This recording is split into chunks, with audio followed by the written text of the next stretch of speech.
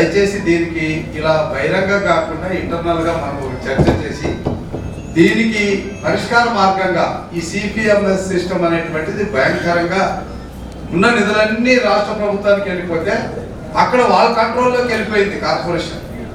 ఇదే కాదు, రాష్ట్రం మొత్తం మీద అలాగే జరిగింది. మనకు నీతి ఆయోగ్ నుంచి రావాల్సినటువంటి డబ్బులు దారి మళ్ళీ మనం వసూలు చేసుకున్నటువంటి టౌన్ ప్లానింగ్, ఇంటి పన్నులు, వాటర్ ట్యాక్స్ అవి కూడా సిఎఫ్ఎంఎస్ సిస్టంలోకి వెళ్ళిపోయి వాళ్ళ కంట్రోల్లోకి వెళ్ళిపోయినాయి. సో వీళ్ళు ఏమి చేయలేనటువంటి పరిస్థితి. కమిషనర్ కొత్తగా వచ్చారు, గత కమిషనర్ గారు కూడా దృష్టిలో పెట్టాం మేము, ఇది మంత్రి గారి దృష్టిలో కూడా పెట్టాం. కనీసం కార్పొరేషన్ నిధుల్లో 75% స్థానికంగా కార్పొరేషన్ బదలండి, 25% కావాలంటే పూలింగ్ తీసుకోండి.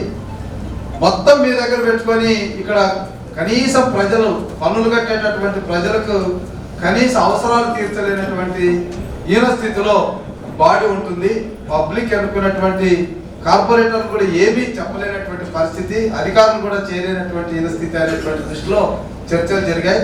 కాబట్టి అధ్యక్షుల వారు దీని మీద ప్రత్యేకమైనటువంటి శ్రద్ధ వహించి పార్టీలకు అతీతంగా నేనేం చెప్తున్నానంటే ఇది ఒక లోకల్ బాడీ స్వతంత్ర ప్రతిపత్తి ఉన్నటువంటిది కాబట్టి దీని మీద లోతుగా మనం చర్చిద్దాం. వీలైతే ప్రభుత్వానికి ఒక రిప్రజెంటేషన్, పాత సిస్టాన్ని మళ్ళీ ఏదైతే గత 5 సంవత్సరాలుగా జరిగిందో ఆ పరిస్థితులు దారి మళ్లించి కొత్త ప్రభుత్వంలోనైనా మన నిధులు మనం తెచ్చుకునే విధంగా ఆలోచించే దాంట్లో తీర్మానం చేయాల్సిందిగా నేను కోరుతున్నాను.